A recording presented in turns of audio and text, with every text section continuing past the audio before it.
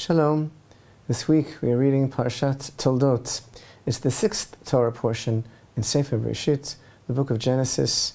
We are dealing with veritable building blocks of the people of Israel, the formation of the tribes of Israel, the forefathers, everything that they went through, dynamics of relationships between Israel and the nations. Everything is being set into motion now for the future. And this Parashat Toldot begins with the tidings of the birth of the twins that are struggling within Rivka, Jacob and Esav. First begins with the prayers of the couple for children, and we begin to understand the nature of these children and what each one represents. We also read about Yitzchak's experience in Gerar, blessings that went ultimately to Yaakov, the necessity of Yaakov to flee from his brother Esau, and we read about Esau and his family. The verses of Parashat Toldot, verses that open the portion, are compelling and amazing. And in order for us to really appreciate the nuances of what's going on, we should take a good look at the opening verses as follows. And Isaac prayed to Hashem opposite his wife because she was barren. And Hashem accepted his prayer, and Rebekah, his wife, conceived. And the children struggled within her, and she said, "If this is the case, if so, why am I?" Meaning, why am I like this? And so she went to inquire of the Lord. And the Lord said to her, "Two nations are in your womb, and two kingdoms will separate from your innards. One kingdom will become mightier than the other kingdom, and the elder will serve the younger." And her days to give birth were completed, and behold, there were twins in her womb. And the first one emerged ready. He was completely like a coat of hair, and they named him Esav.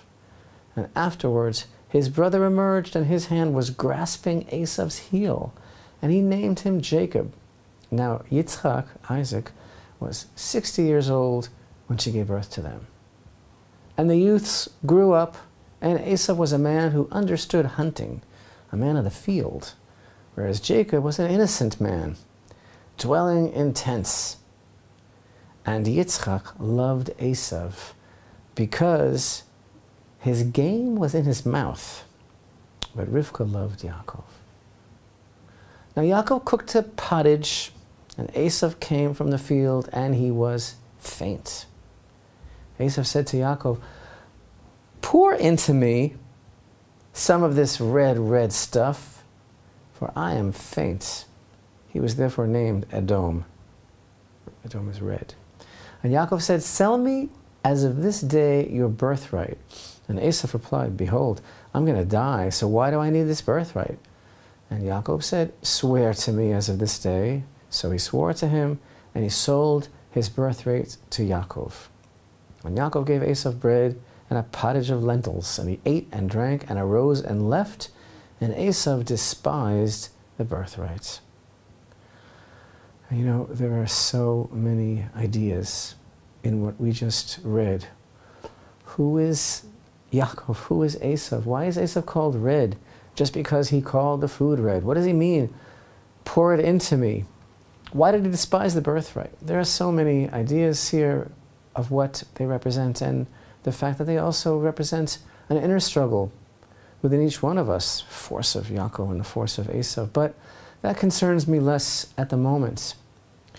You know, Yitzchak's desire to give over a blessing to one of his sons is yet another aspect of a process of clarification that our forefathers are involved in and that they took upon themselves, clarifying, setting into motion a cycle for the future generations, setting into motion spiritual development and the mission of Israel and of all humanity. And Ishmael and Esav are part of this process of clarification, and the blessings that Yitzchak wished to give over are also part of the process, because the forefathers are so busy getting things clarified within the mechanics of the human experience, you know, it's very similar to the idea around which all of this is taking place. The central theme, of course, the Holy Temple, the mountain of Hashem, and the famous teaching that each one of the forefathers viewed the Holy Temple differently, that Abraham, saw the Holy Temple as a mountain, and Yitzchak saw it as a field, and Yaakov saw it as a house. These are levels and stages we've spoken about a great deal and will again in the future, levels of a course of clarification.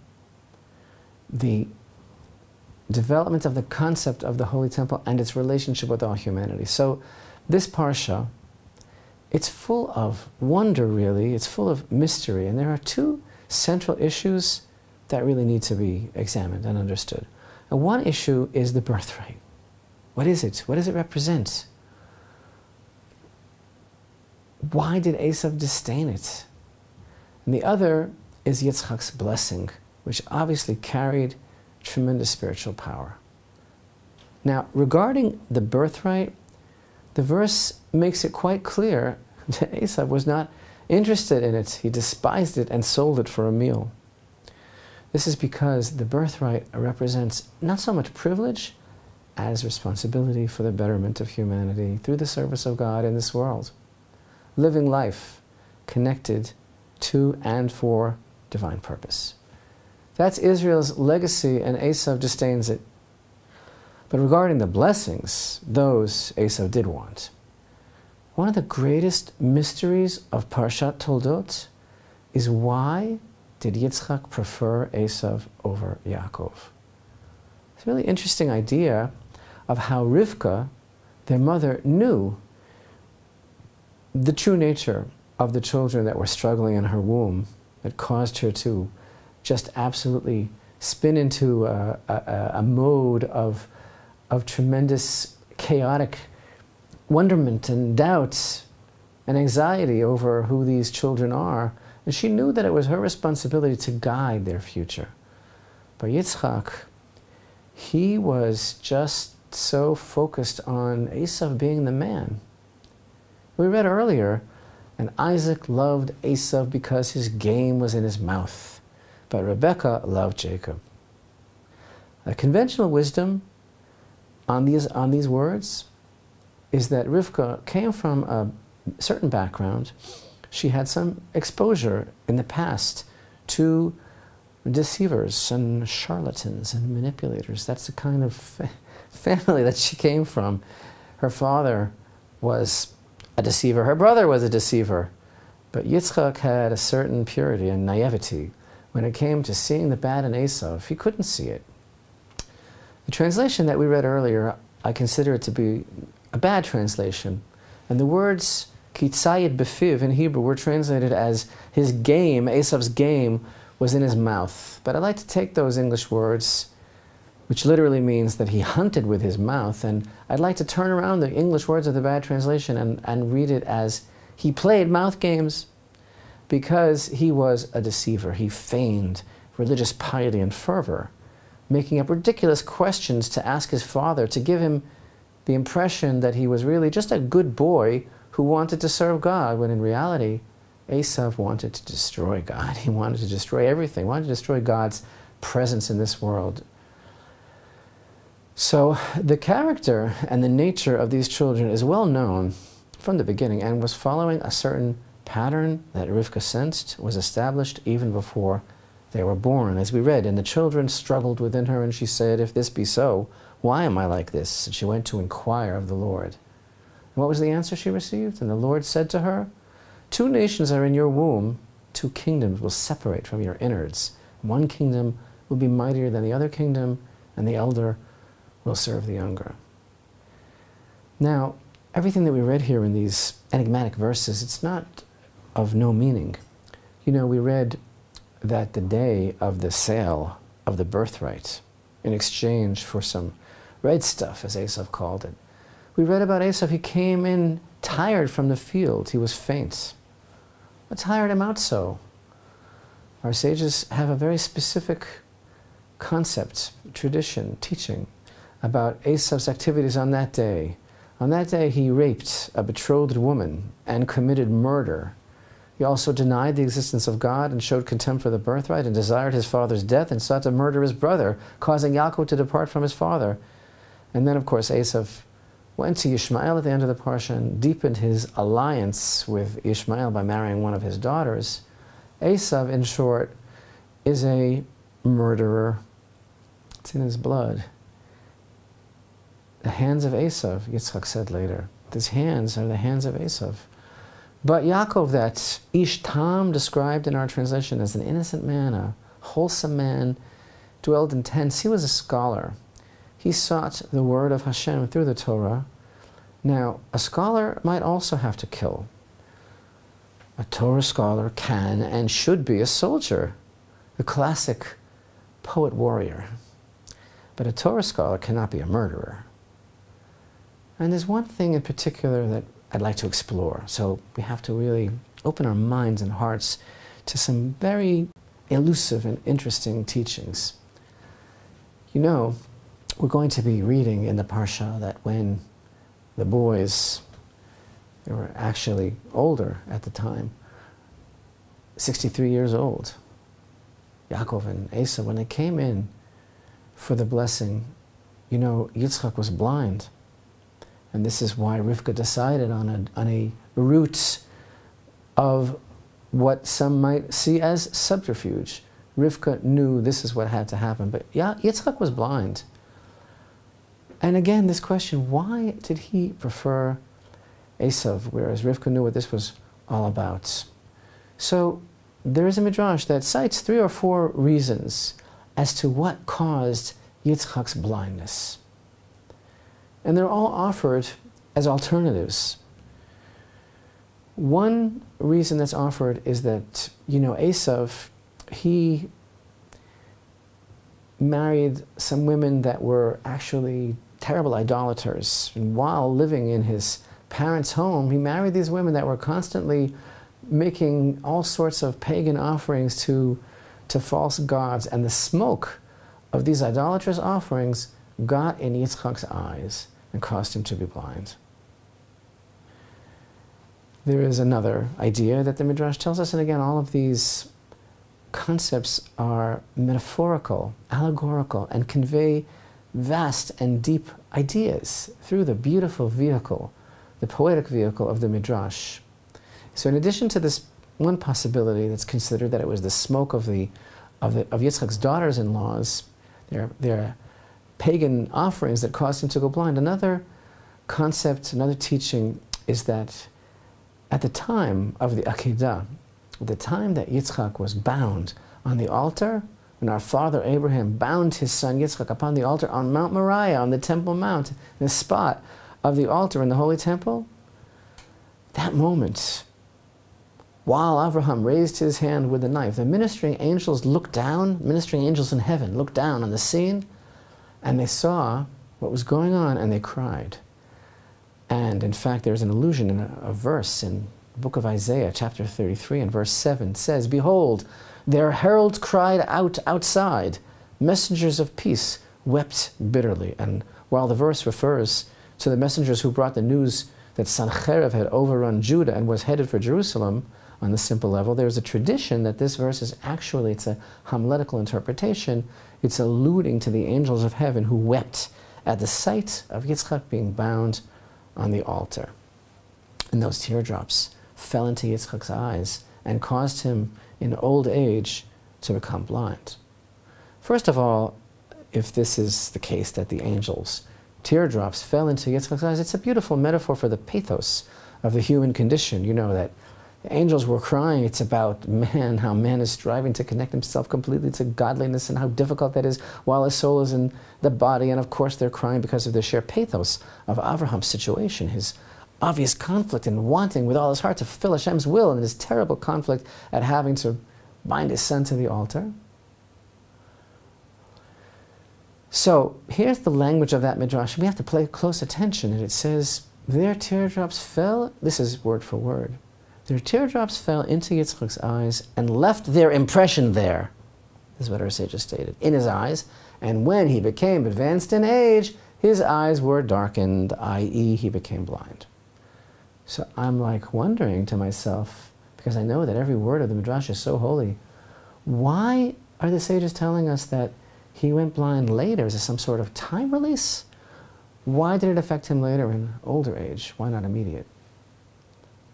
Another opinion expressed in the very same teaching is that it's a little different. It's a different spin on the same scene, and it carries even more raw beauty and wonderment. And this side of the coin of the teaching says that when Yitzchak was bound on the altar, he looked up and saw the divine presence. And that's what blinded him. And this doesn't place the cause with the angel's tears, but with Yitzchak himself, because he looked up and saw something that really cannot be seen. Don't we say, doesn't the Torah say, no man sees my face and lives? So another fourth option that the rabbis of the Midrash tell us, and again, this is a puzzle that we are being invited to explore. That's the beauty of the Midrash. The fourth alternative that's given is that it's very simple why Yitzchak became blind in older age, because Hashem, the rabbis say right out, Hashem did not want Yitzchak to see who was who when they came for the blessings. Can we imagine even Yitzchak's life after the binding? I mean, modern psychology would refer to this as a trauma. And how beautiful is the Torah that emphasizes that Avraham, Yitzchak, and Yaakov, Moshe, Aaron, Yosef, David, these great men, they were so high, they came so close to being perfect human beings in the subjugation of their evil inclination and in their desire to serve God in this world, but they were people.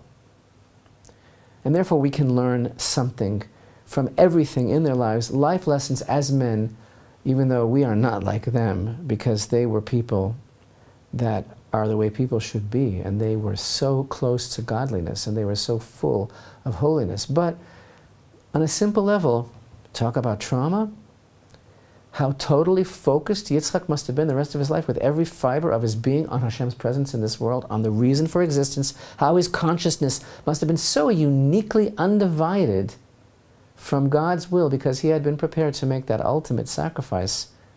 And not only this, but according to tradition, actually there's a lot going on between the lines, because according to tradition, even though the malach, the angel, came and informed Avraham, stay your hand and don't go through with it, it was just a test, this has been a test.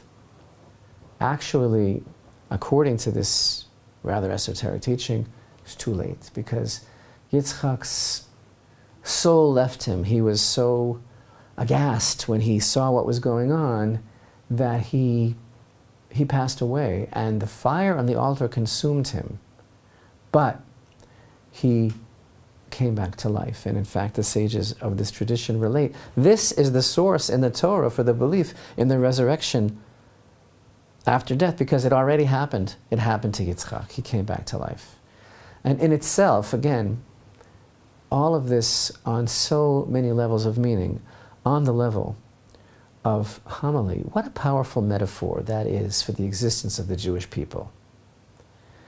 Because Yitzchak did come back to life after Abraham and Sarah not even able to have children, Yitzchak and Rivka themselves not able to have children, Yitzchak's ultimate demise on the altar and his reemergence, his encore.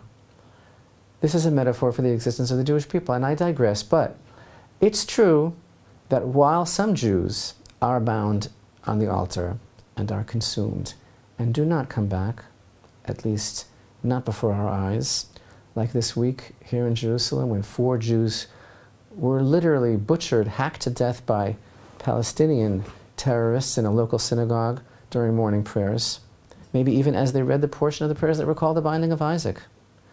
But yet miraculously the Jewish people as a whole keep on coming back to life. We get that from our forefathers. But getting back to Yitzchak, I mean, going through all of this, the binding, a death experience, it's like having the angel's tears fall into your eyes. It's like seeing the divine presence itself in this world. It's got to change you. With such clarity, with no doubts, you know, Yitzchak, what he saw, his view, his vision, his understanding, his take on the world, you know, this is something that's, speaking of him losing his sight at an older age, maybe when his sons already have come of age. Yitzchak is the hardest of everyone for us to understand. He's a man of mystery. We know he represents a certain degree of the severity of din, harshness. You know, when Rivka first laid eyes on him, when she was being brought by Eliezer, she fell off the camel. He somehow radiated something very powerful. How could he not? After everything he's been through, not just the experience of the Akedah, he actually died. We try to understand this, we try to understand the experience of the Akedah, and everything about him is just super nature. He prayed and reversed the judgment on his wife. He himself couldn't have children, but did. It's all so deep. His very name is laughter. In the future tense, thus ordained by Hashem, for his name to be Yitzchak. And Sarah said, whoever hears of all of this is going to laugh for me. Is this maybe referred to in the book of Proverbs as the laughter on the last day? Yitzchak, of all the forefathers, barely speaks. There's so little conversation recorded, so little words in his name. The Akedah and what he went through and what he saw so influenced his take on life, his take on reality, serving God. It's all the same to me, alive, dead. I saw the Shekhinah. That's blinded by the light, the teardrops that came into his eyes. I mean, what is the idea? And follow me here. What is the supreme challenge of man? According to Torah? Why are we all here? What's the backdrop? Free choice. To be able to have Bechira Chofshit. The purpose of existence as it is to allow a person to choose between right and wrong, between good and evil, in order to facilitate receiving reward. Let a person decide. The whole idea of free choice is that a person normally can't see the truth. You can't see the real world. You can't know, and therefore you have to choose. But if a person really knew on the deepest level from first-hand knowledge, on the level of sight, that there's only one truth, then it would be as if that person has no free choice, because the path before him is so clear, couldn't possibly choose to stray from it. And that is, on one level, the meaning of the idea expressed metaphorically, that the angel's teardrops made their mark in Yitzchak's eyes and caused his blindness, or expressed even more clearly according to the second Midrashic reading, that while he was bound on the altar, he looked up and saw the divine presence. The forefathers are called the chariot of God. They're so holy, they're so close to God, but there are life lessons for us to learn as well in the realm of our lives as men. And so the most important thing of all, what did Yitzchak see in Esav? What did he see? He couldn't see. What did he see in Esav? Yitzchak was so totally focused his whole life, steady on serving God with his entire being. This was in his entire essence for his whole life. He never lost that level of commitment. And to him, because he was completely immersed in serving God with everything he had, with his whole body, with his whole life's force, as he was prepared to give up his body, his perception of serving God through the physical aspect of life was a goal. It's total immersion into everything, which it is. Total commitment, that is definitely what the Torah wants from us. And there's nothing as physical as being bound and being burned up on an altar, as opposed to Rivka, who learned at an early age how to recognize deceit because of who he was. For Yitzchak, it wasn't possible for him to consider that someone could not be seeing what he was seeing.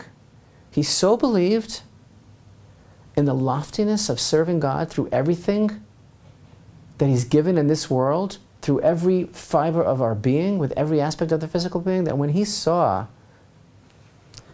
when he saw Esav's raw physicality and connection to the physical, this man of the world, this man of the field, he hoped and prayed and yearned that Esav would use this dimension and his propensity to sanctify God in this world, because that's really the goal of a Torah life.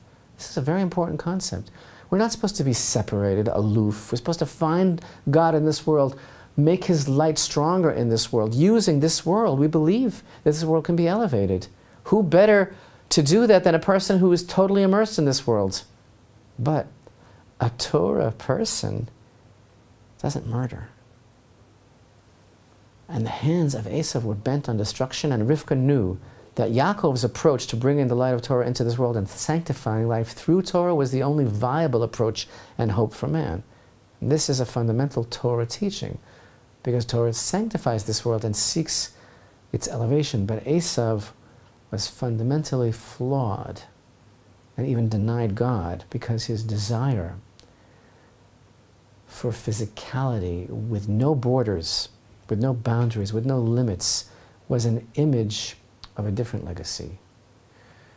This redness of bloodshed and self-indulgence and self-promotion and self-satisfaction, physicality and bloodlust and the giving way to every base urge until God himself has to be unseated in order to be satiated. That's Esavian. I can only be satiated if there is no God. It's the very opposite of Yitzchak's life, of his revelation and all he gained by being bound on the altar. Restraint, compassion, total commitment. Yitzchak couldn't see what was going on with Esau because the smoke, the tears, the Shekhinah got in his eyes. He could not imagine that this was not clear to everyone, and seeing how Esau was totally involved in this world, he wanted to believe his intentions were to connect this world with God, because this is what a nice Jewish boy should be. But God made him blind, didn't want him to see. And the tragedy of Esav is unbridled self-indulgence and the murderous and insatiable appetite of his soul, all on their own, not wanting God in this world. But Yaakov's birthright and blessing is an assurance that humanity can strive for the best of all possible worlds by making this world, which is the only one we have, which is the only one we know, which is the only one that counts, this very physical world, making it into a place where ultimately and eventually every human being can see the light of the Shekhinah, the divine presence, and live.